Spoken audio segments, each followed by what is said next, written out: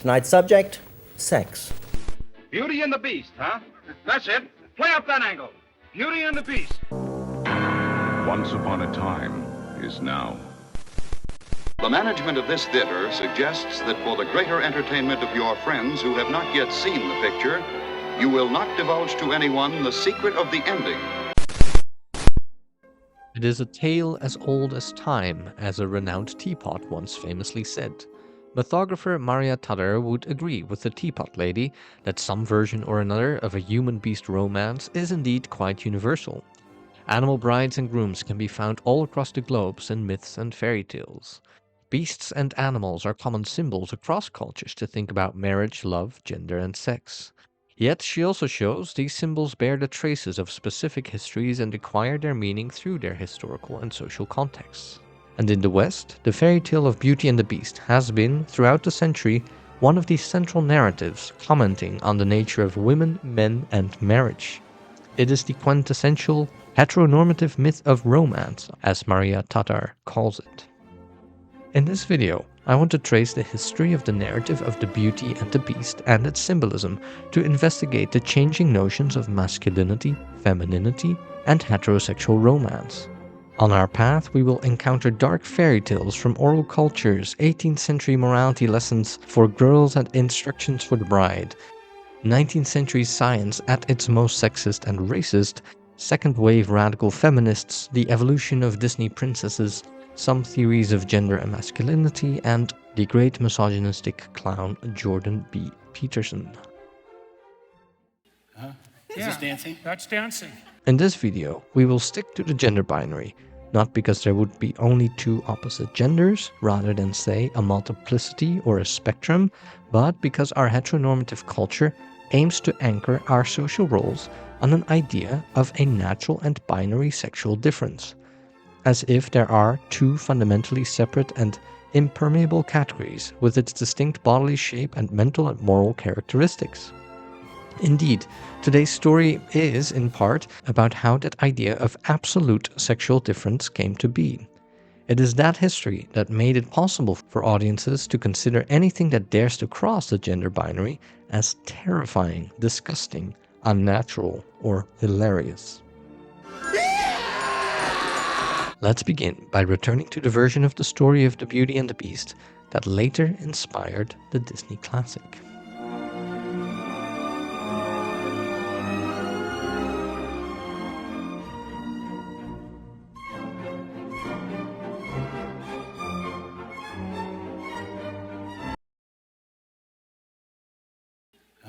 Is this dancing? That's dancing. Once upon a time, a wealthy merchant lost his fortune. He had 3 daughters. The 2 eldest had a great deal of pride and vanity. The youngest was the most beautiful and the most virtuous. Whereas her sisters were vain and ungrateful, she took it upon herself to humbly serve the family and take care of the household. One day the merchant became lost in a storm and found shelter in a mysterious castle. When he plucked a rose for Beauty, the youngest daughter, a fearsome beast appeared and demanded his life, or that one of his daughters take his place, but only if she would come willingly. As virtuous, self-sacrificing daughter, Beauty went to the castle to save her father from doom. Though frightened at first, she soon discovered the beast's gentleness beneath his monstrous appearance. Each day he asked her to marry him, but she gently refused, saying she only loved him as a friend. The castle was full of magic and contained a mirror that showed her whatever her heart desired. Thus she saw her father's home, and to her great distress saw how dejected and ill he was. She missed her father dearly, and the beast gave her permission to briefly return to her father's house for a visit. If she would not return, he would die of heartache. When Beauty returned home to visit her family, she realized that she missed the beast deeply. Rushing back, she found him dying of sorrow, but her tears and love revived him and broke the spell that bound him. The beast became a handsome prince, and they lived happily ever after. This is a brief summary of the most influential version of Beauty and the Beast in Western culture before Disney's retelling, based on the 18th century French tale written by Gabrielle Suzon Barbeau de Villeneuve, and the abbreviated version written by Jean-Marie Le Prince de Beaumont. It is served with the side of Colombo Fontaine de la Matin du Garde Frommière Coulon sauce. Prior to the 18th century, these fairy tales would be part of an oral folk tradition. Importantly, fairy tales were not considered children's stories. In fact, there was no distinction between adult and childhood entertainment. Often in the oral tradition, fairy tales are much more violent and grim, quite the opposite of what we would consider an appropriate children's story. Sleeping Beauty was not awakened by a kiss, but raped by a king. And Cinderella's stepmother cuts off the toes and heels of her daughters so that they can fit the shoe. The mythographer Maria Tudor writes that fairy tales mix history, myth, and psychology to produce compelling narratives that get us talking and thinking about our values. Mythographers and literature scholars agree that the core idea that the earlier versions of the fairy tale explore is the practice of arranged marriage. A young woman has to spend her life with a stranger for the economic security of her family. Delivered to the mercy of a complete stranger, the husband may seem terrifying. There is no community or legal support. She is expected to obey him, have sex with him, and bear his children, vulnerable to abuse and violence at the mercy of this stranger. No wonder, then, that psychologically, this figure of the stranger husband takes the form of the beast. But in the 18th century written versions, something changes. They become explicitly moralizing tales, full of advice of proper conduct of children, and in particular, girls.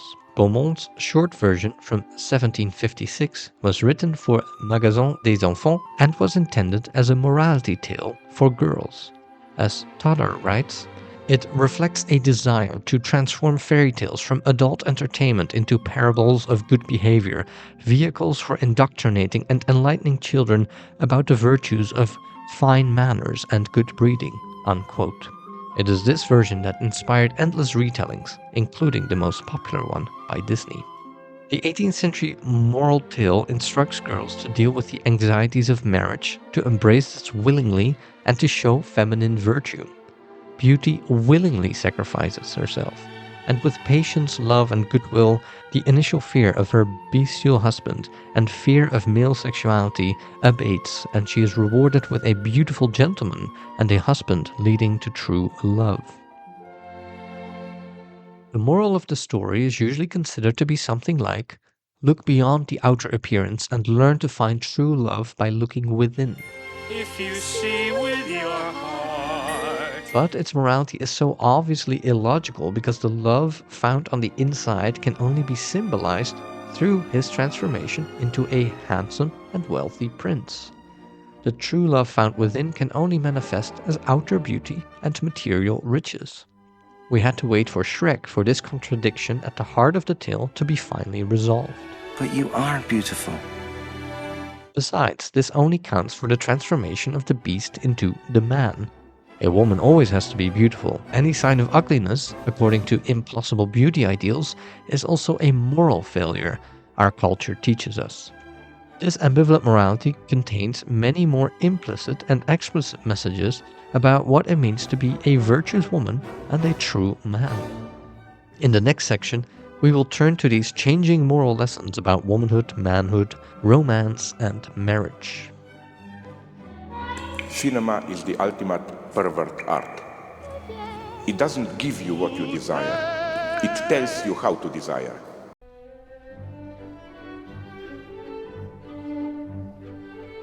Once upon a time, there was a princess who was young, pure, white, beautiful, virtuous, and good. Her mother is pure and good and always already dead. Evil stepmothers, witches, and jealous sisters look at the good princess in envy and seek to exploit or destroy her. The good and beautiful young princess submits to her abuse with diligent, hard work, dreaming that one day a prince will come to take her away so that she can do the same domestic labor for him. No matter how much abuse she suffers, she gives everything, serves others, asks for nothing for herself, remaining humble and good-natured, dreaming of being taken away by her one true love. The good woman is the beautiful girl with purity of heart had nobility in her blood, who virtuously toils and labors for others. In her dreams of true love, she is the passive object to be swept away on a white horse, or in the non-Disney versions, sexually violated or purchased by her future husband possessor. And in the end, she is rewarded and lives happily ever after. Before pop culture turned into a self-referential industry of irony and traded storytelling for smug meta-commentary, stories wielded a different power and influence. For second-wave radical feminists like Andrea Dworkin, it was clear that the breaking down of patriarchal structures of society included the dismantling of the psychic investment in the gender roles that we were all spoon-fed as children. Andrea Dworkin writes, in her wonderfully sharp and lucid style without a shred of nuance, quote, "The culture predetermines who we are, how we behave, what we are willing to know, what we are able to feel. Fairy tales are the primary information of the culture. They delineate the roles, interactions, and values which are available to us. They are our childhood models, and their fearful, dreadful content terrorizes us into submission. If we do not become good, then evil will destroy us. If we do not achieve the happy ending, then we will drown in the chaos." So what were the cultural narratives that she believed girls had to internalize? What were the gender roles they had to emulate and turn into an object of desire? These fairy tales teach us that there are two kinds of women: the beautiful, virtuous, white, pure, passive, chaste, humble, diligent, self-sacrificing, and even self-effacing. Someone who's pure of heart and a little bit naive. She is a natural beauty and has a natural moral goodness. These two are one and the same thing, yet she is never conscious of her own beauty, nor is she aware of the effects of her beauty. The other category of women, ranging from stepmothers to witches, are wicked and evil. The good girl's heart is always pure. Her desires are not for power or wealth, but for love and submission. She remains without the foreknowledge that her purity will be rewarded by wealth and power, as it always is in fairy tales. Women who do understand how society and power work and act according to this knowledge are wicked and evil. Whereas Sleeping Beauty and Cinderella are passive, patiently awaiting to be rescued by the good prince, the evil woman is active. She knows what power she wields, and she understands how society works. Her knowledge is the cause of her wickedness. She is treacherous, power-hungry, manipulative. The woman who tries to actively shape her destiny in the world ruled by the king is evil and must be destroyed. Women know that not to be passive, innocent, and helpless is to be actively evil. She needs to be perfectly humble and pretty, but she must not be aware of what effects her appearance may have on others. Otherwise, she is such a manipulative bitch. You're such a manipulative bitch! In most pre-Disney versions, Beauty follows this exact pattern. Beauty's goodness is contrasted with the wickedness of her sisters, who embody specifically feminine vices: vanity, jealousy, pride, manipulativeness. Despite their poverty, they keep pretending to be ladies, caring only about their outer appearance and status in society. Beauty, on the other hand, is humble and becomes a dutiful worker, doing the household because they can no longer afford domestic servants. Even though she does not care about her outer appearance, she is naturally more beautiful than her vain sisters. She is a being not for herself, but only exists in relation to the men in her life: fathers, brothers, husbands, sons. The figure of Beauty illustrates how women have no identity or substance by themselves. She is only the virtuous moral saint devoted to the men in her life. She is defined by self-sacrifice and fidelity, faithful first to her father and then to her husband. This is captured in the magical mirror, in which the person holding the mirror sees what her heart truly desires. When Beauty holds the mirror, the image reflected back to her is not herself, but first her father and then the beast. She has no substance to be reflected back to her. Her entire personhood consists in caring for and being faithful to the two men in her life. To see her own beauty, person, and power would thus be a sign of her wickedness, vanity, or manipulativeness. This is what happens when her wicked sisters hold the mirror, in which they see an old hag, old age being a sign of ugliness and moral corruption, and a silly dressed-up monkey, the symbol of vanity. A woman in the culture of privileged Europeans is first and foremost a sight to be looked at. Sometimes the woman looks at herself in a mirror, picturing to herself how men see her. She sees herself first and foremost as a sight, which means a sight for men. Thus, the mirror became a symbol of the vanity of women. Yet the male hypocrisy in this is blatant. You paint a naked woman because you enjoy looking at her. You put a mirror in her hand, and you call the painting vanity, thus morally condemning the woman whose nakedness you have depicted for your own pleasure, and thus, incidentally, repeating the biblical example by blaming the woman.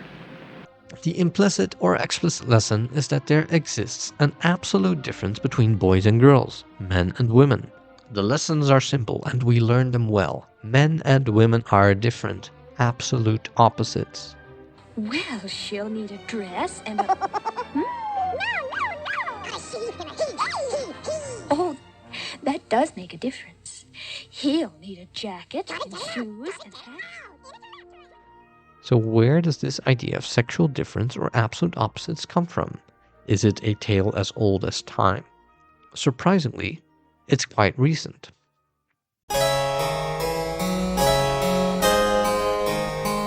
Once upon a time, men of science and knowledge of nature and morality said that there is only one human form. The difference between men and women is not a difference in kind, they said, but a difference in degree. The one perfect human form, made in the image of God, is male, so these men of knowledge said. Women fail to develop into this male form and remain closer to their sinful, earthly, sexual bodies, and are therefore closer to the devil. These men of science knew that there was a natural order in which the inferior female serves the superior male. Females are more unruly than males, as they are driven by the lower bodily faculties instead of the higher mental faculties. They are more carnal, lustful, and sinful. Therefore, they need to be subjected to men who can control their lustful appetites through rational control. These knowledgeable men called on the authority of the philosopher who had said, "The female is, as it were, an incomplete or deformed male. That's why it is only natural that one rules over the other. One is superior, the other inferior. One governs, the other is governed." Centuries later, a new generation of learned men contested the old knowledge. Females are not an inferior form of the male, they said, but they have fundamentally different biological and moral characteristics. In our civilization, men and women have developed into their separate complementary essences. In more primitive peoples, these men of science proclaimed, there is still chaos, unruliness, and brute force, full of unnatural, deviant, and undeveloped sex roles and practices. But here, they continued, we have perfect equality and perfect harmony. Marriage is not a fact of domination, as it is with savages, these new men of knowledge said, but one of complementary equality.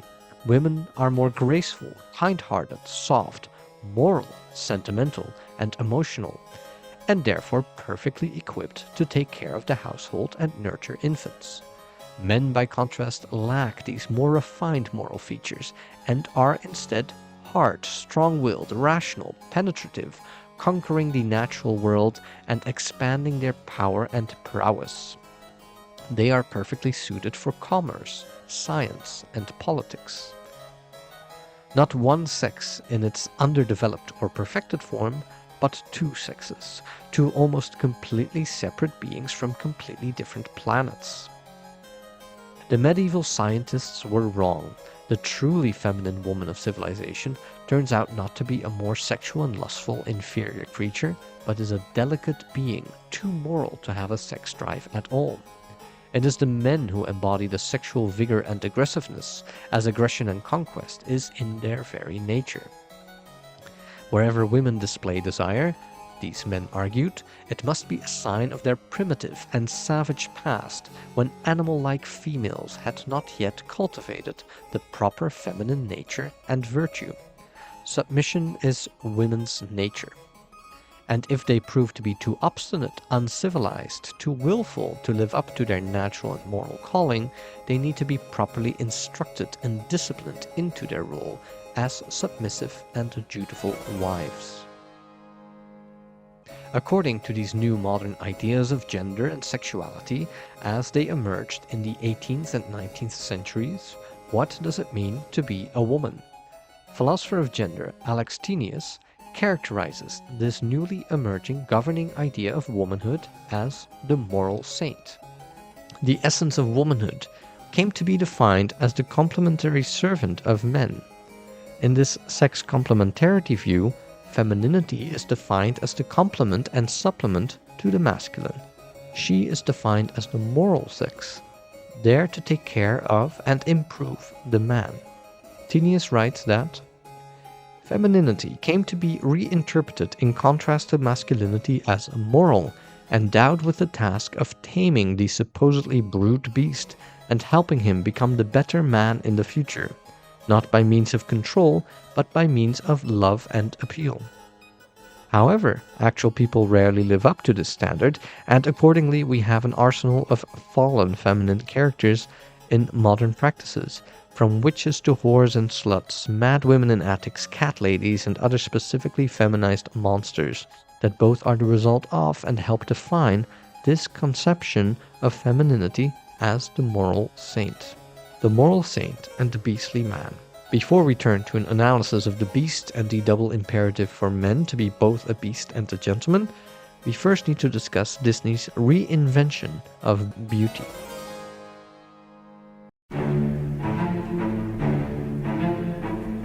By the time that Disney started the production of Beauty and the Beast, a lot had changed. Traditional hierarchies of patriarchy had been profoundly challenged by feminists. The civilizational patriarchal ideal of the male breadwinner and the housewife mother had lost its uncontested status of self-evident ideal.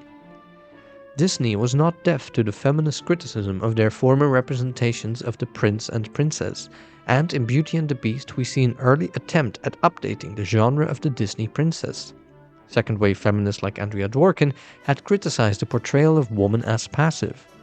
Disney responds with a new, actively desiring subject. The empowered, agentic Disney princess was slowly taking shape within a complex tale full of conflicting messages about agency, will, desire, romance, and coercion, imprisonment, and marriage.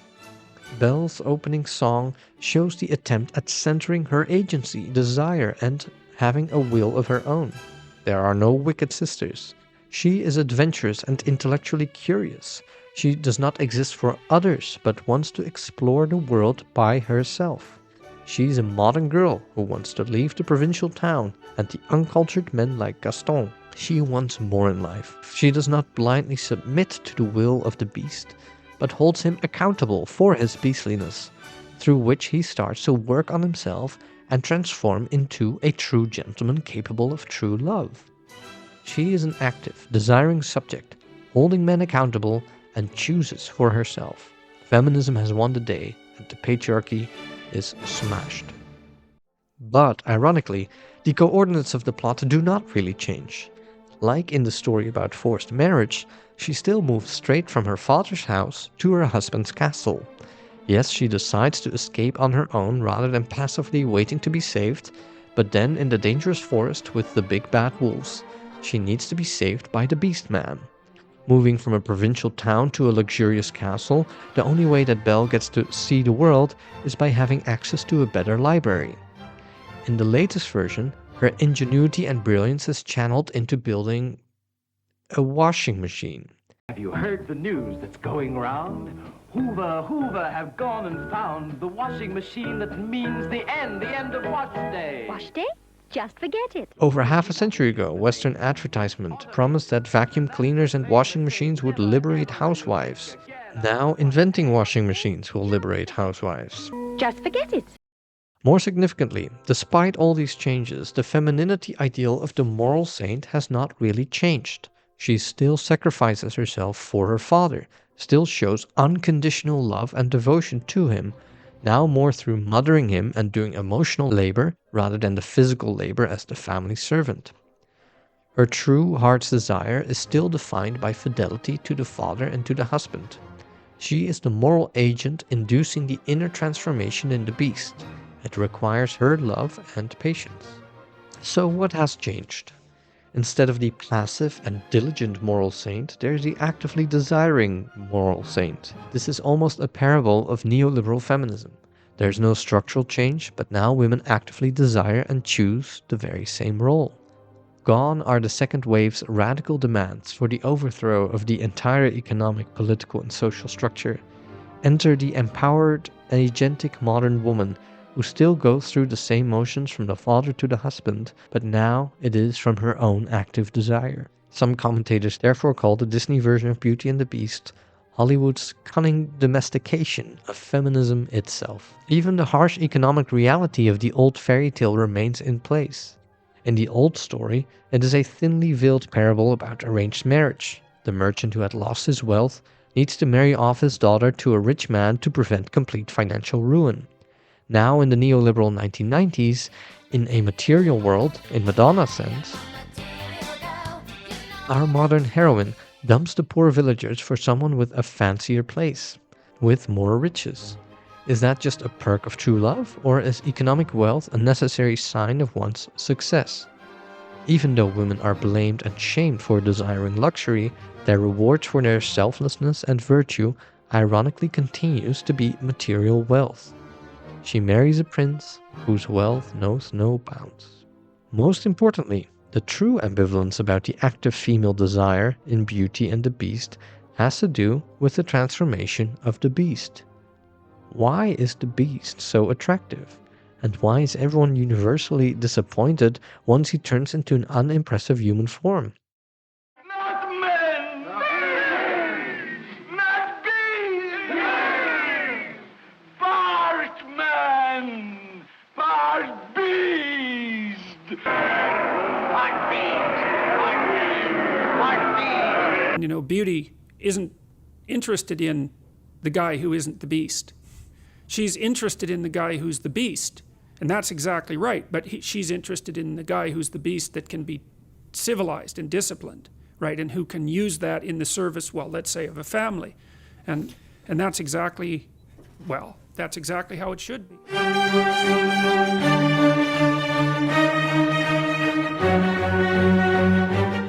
Beauty and the Beast has transformed from a tale of dark adult entertainment about patriarchal marriage and female submission to the 18th century moral tale instructing girls into their role as self-sacrificing wives whose virtue and patience will be rewarded through transforming the beast into a gentleman and transforming subjection into romance. Then, with Disney's cunning domestication of feminism, the story of Beauty allegedly is about her own agency and desire leading to true romance, although she remains caught in the same patriarchal plot, going straight from the father's house to the husband's castle.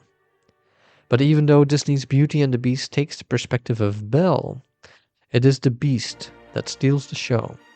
In the transformation of the tale, the meaning of the beast has also transformed over time.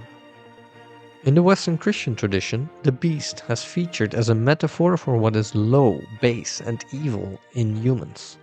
The human is a creature between angels and animals, a celestial and terrestrial being.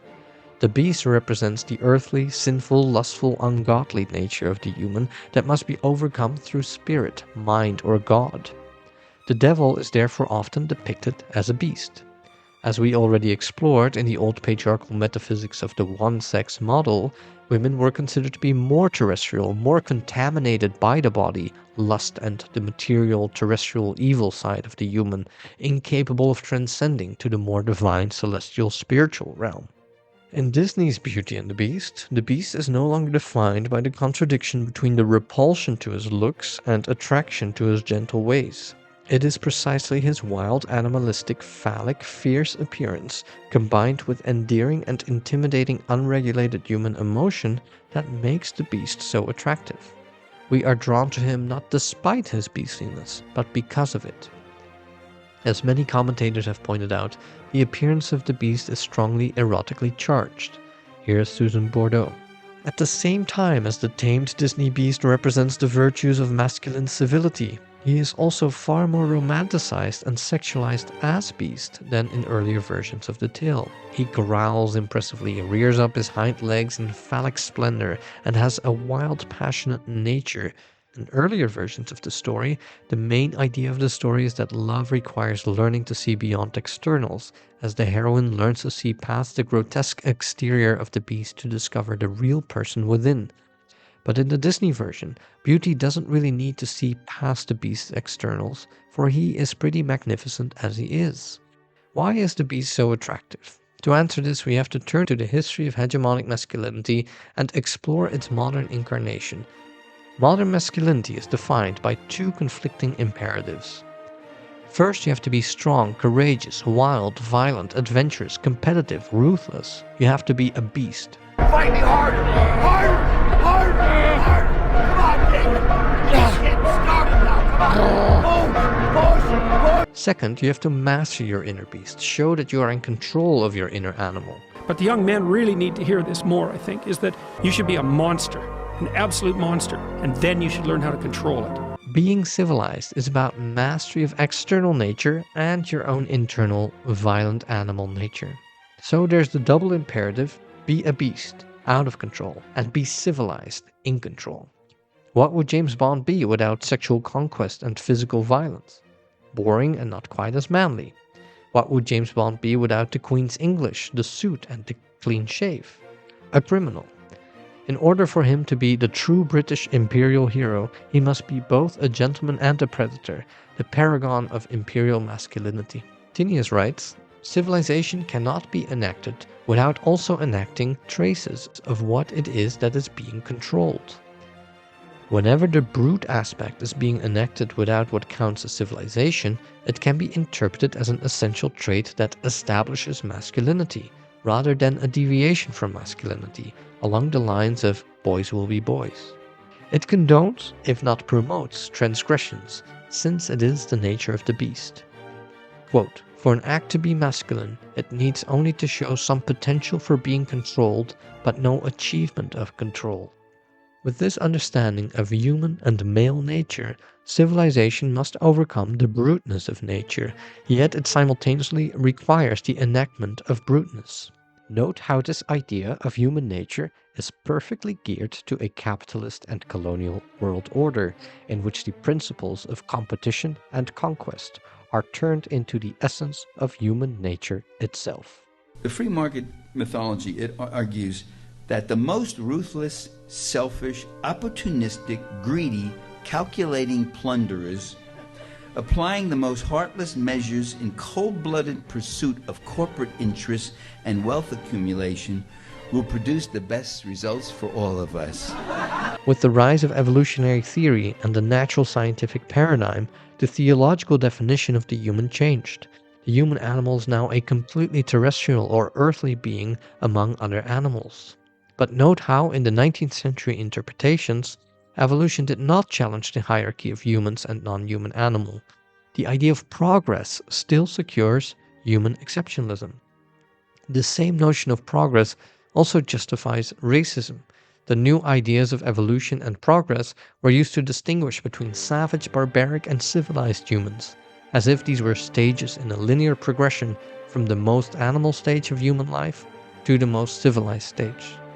Colonization and capitalism were seen as the healthy expression of the most vigorous and civilized humans, the strongest, the fittest, naturally expanding their Lebensraum through its sheer natural dominance, yet somehow also embodying a superior morality.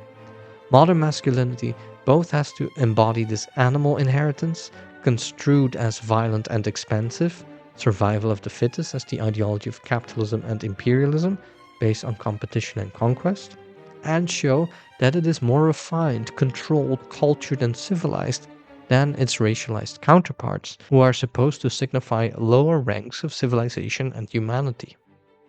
This is also why the hegemonic notion of masculinity is inherently white. It is the white man who can balance ruthless animality and gentle civility, defined over and against racialized others. Racialization works in various ways in relation to masculinity, barring racialized men from embodying hegemonic masculinity. Indigenous people were sometimes described as effeminate and lacking masculinity. At other times, they were portrayed as pure animal savagery beyond the pale of human morality. In colonial modernity, blackness has been the primary symbol of uncontrollable wild animality and sexuality, incapable of being civilized. Black men are considered to be overdetermined by wild nature, but without the wide possibility of civilizing their alleged bruteness. Racialization makes the combination of bruteness to be civilized an impossibility, except for white men who have the possibility of better approximating this double-binded ideal. Their proximity to this ideal requires gender domination and race-based violence. One of the most persistent justifications for patriarchy is that strong men need to defend their women and their nation from internal and external racial threats. Violence inflicted against the racialized outside, who represents the lack of or threat to civilization, proves masculine bruteness. We are stronger, we are better than you, and the superior civilization against the perceived threat of wild raping and pillaging outsiders or scheming insider outsiders. The relationship between race and beastliness is explored in the 1921 movie The Sheikh, which is a variation of the Beauty and the Beast story. An English woman traveling through Araby does not want to marry and wants to travel independently and free. But in the barbarous Orient, where women are slaves to the lust of men, Arab men tried to kidnap her. As per usual, white womanhood signifies beauty and superiority and is the ultimate object of desire and conquest for racialized men. The Sheikh, her captor, however, also shows some capacity for true gentleness and true love. She slowly falls in love with her captor, and in the end, it turns out that the Sheikh was actually a white European, which is supposed to explain her love for him. The difference between West and East is portrayed as the difference between free and independent women and enslaved women entrapped in some barbaric past. Yet, in the unfolding kidnapping turned into romance, she needs to learn to give up her dreams of independence and willingly submit to her husband. The Sheikh is able to pass the masculinity test as being both beast and gentleman. He is exotic and barbarous, but his true nature is capable of civility and gentleness, revealed at the end by the fact of his whiteness. By contrast, all Arab men are portrayed as to be fully defined by sexist barbarism, incapable of civilizing their alleged beastliness. This notion of masculinity as beast and gentleman, wild and civilized, is captured in Disney's design for the Beast. The Beast is reminiscent of the Minotaur, but as Marina Werner writes, the real animal which the Disney Beast most resembles is the American buffalo, and to this tightens the Beast's connections to current perceptions of natural good. So the Beast's beastliness thrusts in two contradictory directions. Though he is condemned for his animal rages, he also epitomizes the primordial virtues of the wild. The Beast's long-standing identity with masculine appetite nevertheless works for him rather than against him, and interacts with prevailing ideas of healthy male sexuality. In another video, I explore how the Western hero is both constructed as the conqueror of nature, the principle of colonial conquest as civilization, but also paradoxically as belonging to a primordial time when men were still men. A true and natural way of masculine life that gets squashed by the feminizing civilization that he helped to establish. Hard times create hard men. Hard men create soft times. Soft times create soft men. Soft men create hard times. We are now around soft men and hard times. Yeah. The double bind of wild nature and civilization does capture the modern notion of manhood, both beast and gentleman, bruteness that has to be both enacted and controlled. The Disney Beast is no longer a gentleman in the guise of a beast, but an actual beast who has to cultivate his inner potential of gentleness. Well, you should learn to control your temper. He has to become the gentleman through overcoming his own natural inclinations and uncontrollable violent urges. His being is nasty, brutish, and large. Through self-discipline, Made possible and desirable through the presence of a woman, he learns to contain his inner beast and become the true gentleman. For Jordan Peterson, this is the archetypical good man. He is by nature a beast. He must be a beast, otherwise he's a disgusting weakling that doesn't deserve to live, but he must also be able to discipline himself and control his inner beast. The sovereign man is naturally dominant and powerful, but he uses his superior power and dominance in a controlled way that is good and appropriate for his inferiors and for society. But the imperative of occasionally unleashing the beast never disappears and remains central to the true man's identity and self-worth. The double bind of masculinity, to be the civilized gentleman and the wild beast, is also captured in another early 90s movie, the mostly forgotten Wolf, starring Jack Nicholson and Michelle Pfeiffer. This shows the beast's transformation in reverse. A too gentle gentleman must learn to embrace his inner wild animal. It tells the story of a highly cultured and esteemed book editor who is reliable, sophisticated, and always takes the moral high ground.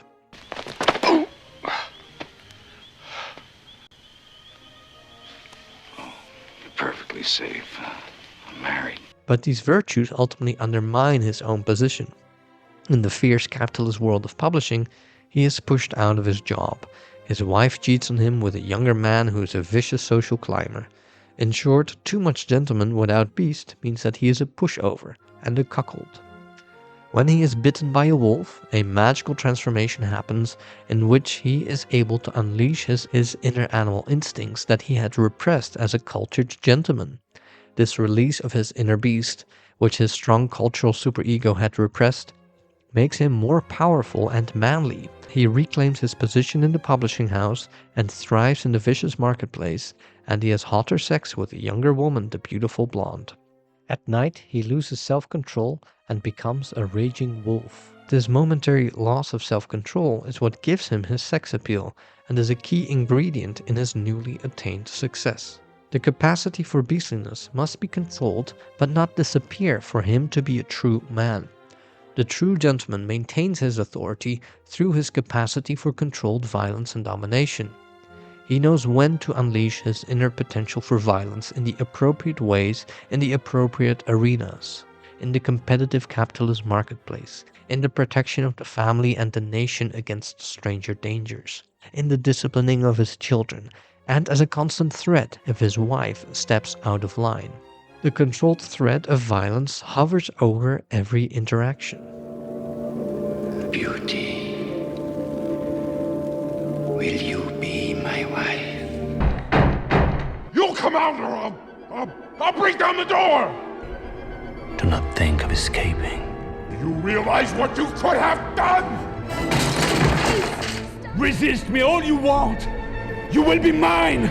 Stop! Get out! No!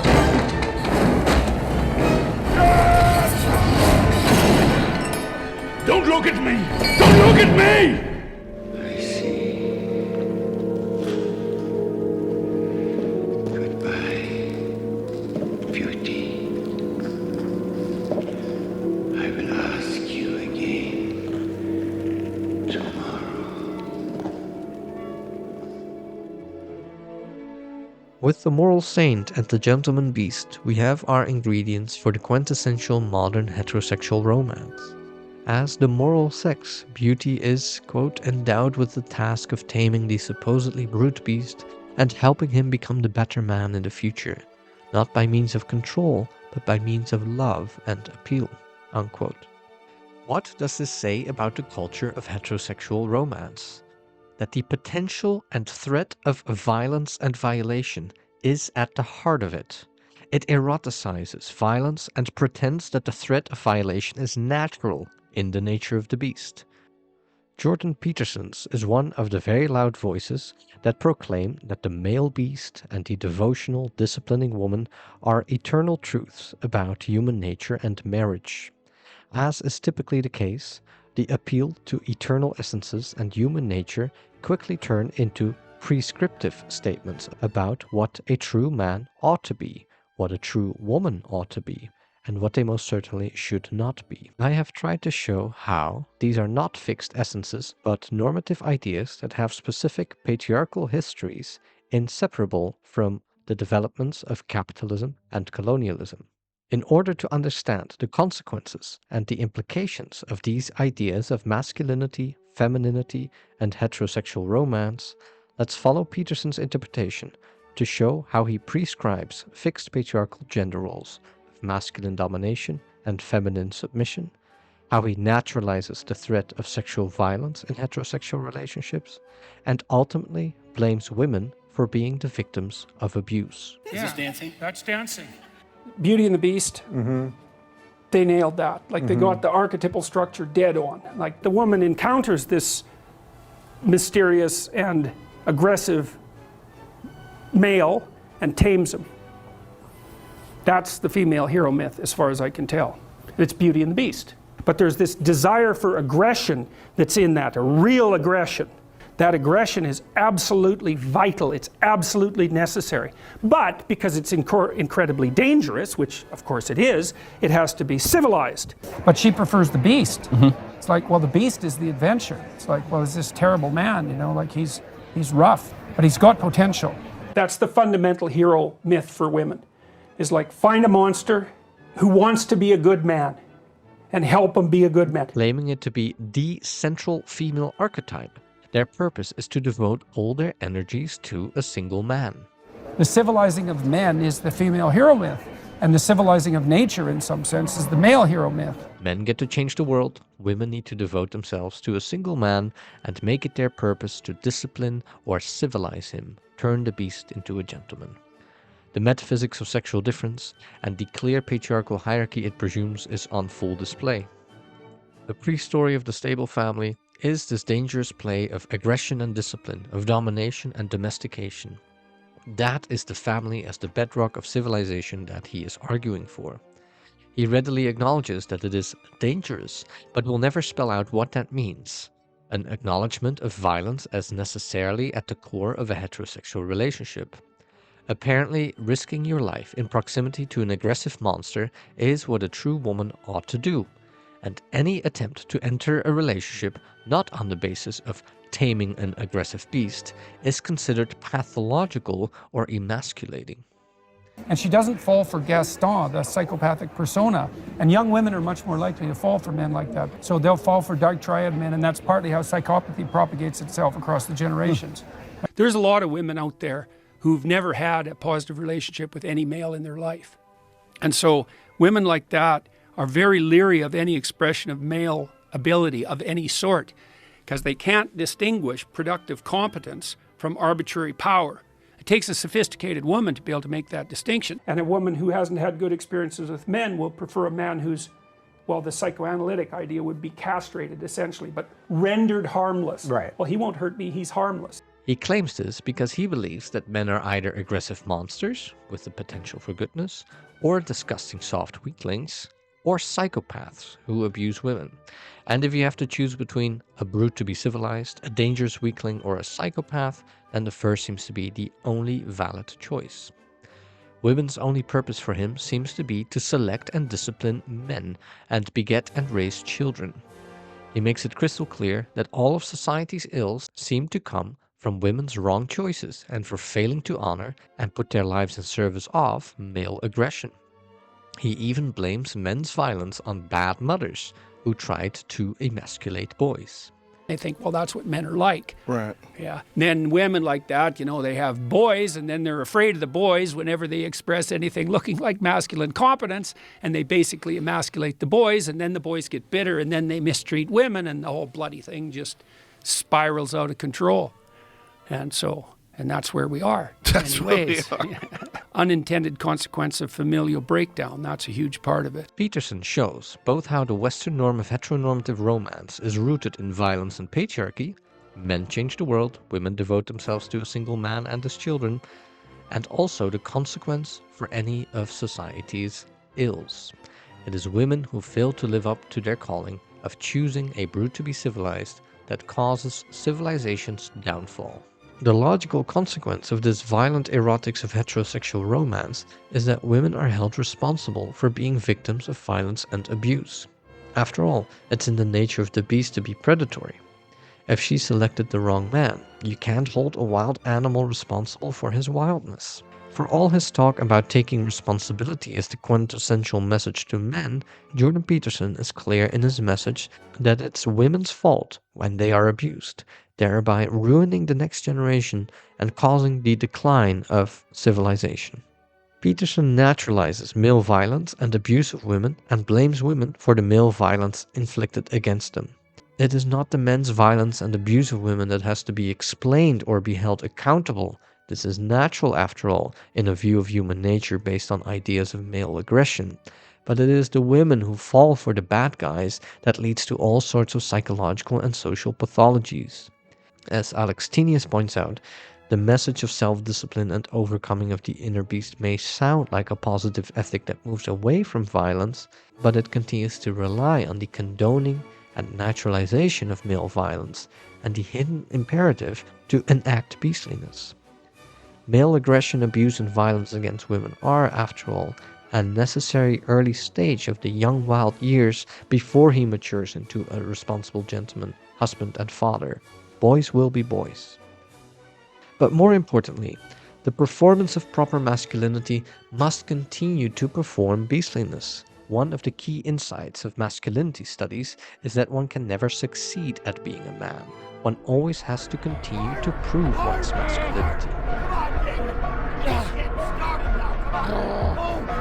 Masculinity is always under threat, and the man who does not perform assertive dominance and aggressive sexuality is quickly considered an emasculated, feminized weakling. The good wife must help him to discipline and civilize himself, but if this disciplining goes too far, it undermines his masculinity. I shall never forgive you until you learn how to control your temper. Down! Fine. Now you will practice controlling your temper. Therefore, the role of woman as moralizing and civilizing influence on the beast man, as our culture teaches it and conservatives preach it, can easily turn into an emasculating effect. To counter it, the alleged masculine beastliness has to be reasserted to protect his sense of manliness.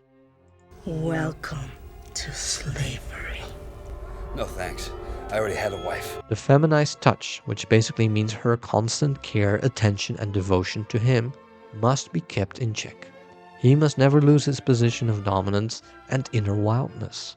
The true gentleman maintains his capacity for beastliness, and it is this that gives him his appeal and sense of power and dominance in the family and society. In other words, the heterosexual couple with the virtuous woman and the true gentleman is defined by his capacity for domination and subjection, ideally put to control and civilize use to maintain the natural hierarchy of husband over wife and children, with the constant threat of excess and regression into uncontrolled violence.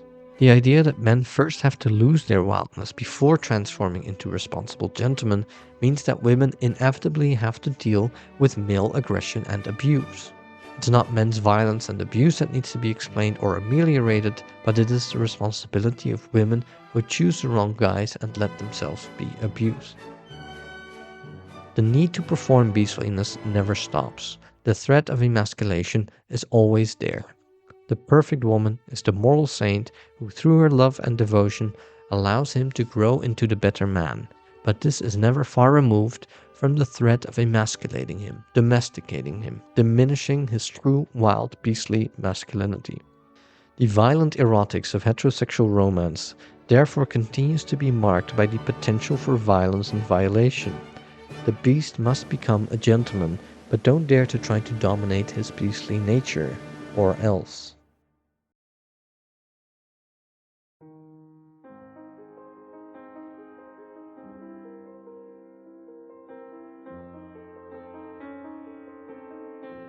Men are construed as inherently violent and sexually aggressive.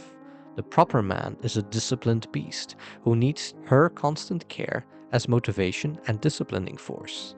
In that way, he can protect her from the other male beasts who continue to be a sexual threat to her. The imminent threat of sexual violence is construed as inevitable and natural. The heterosexual relationship is a way of managing this imminent threat and transforming it into something that can protect women from this alleged natural fact of sexual aggression and potential violation.